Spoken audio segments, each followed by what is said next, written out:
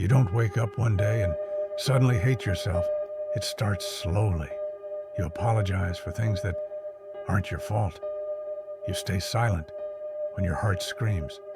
And one day you look in the mirror and you don't recognize the person staring back. Cacophony of voices whispering in my ear, telling me I am evil. I'm drowning, Doctor. And I can't stop asking myself, why do I hate myself so much? Self-hatred isn't weakness. It's the result of unmet needs. When a child is hurt and no one comes, they stop believing they deserve to be saved. That belief becomes your truth. You're not broken. You're just tired of carrying pain that was never yours.